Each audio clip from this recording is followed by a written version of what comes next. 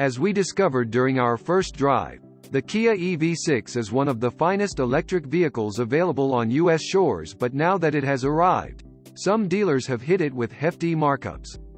The most expensive variant of the EV6 currently available in the U.S. is the First Edition. This model is capped to just 1,500 units and pre-orders were opened for it in June last year. It carries a $58,500 MSRP. However, the McGrath Arlington Kia dealership in Palatine, Illinois has listed an EV6 First Edition with a total price of $78,875 that includes a $12,000 markup, a $3,995 interior protection package, and a $2,495 Pro Pack.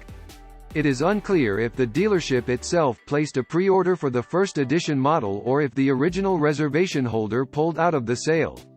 This isn't the only 2022 EV6 to be hit with a hefty markup. A look on AutoTrader shows that the Mark Kia dealership in Scottsdale, Arizona has a pair of EV6 GT line models for sale, both with asking prices exceeding the $80,000 mark. The first is a glacier white example with green leather seats that carries an $80,926 asking price, while the second is a steel matte gray model with black leather seats and an $80,925 asking price.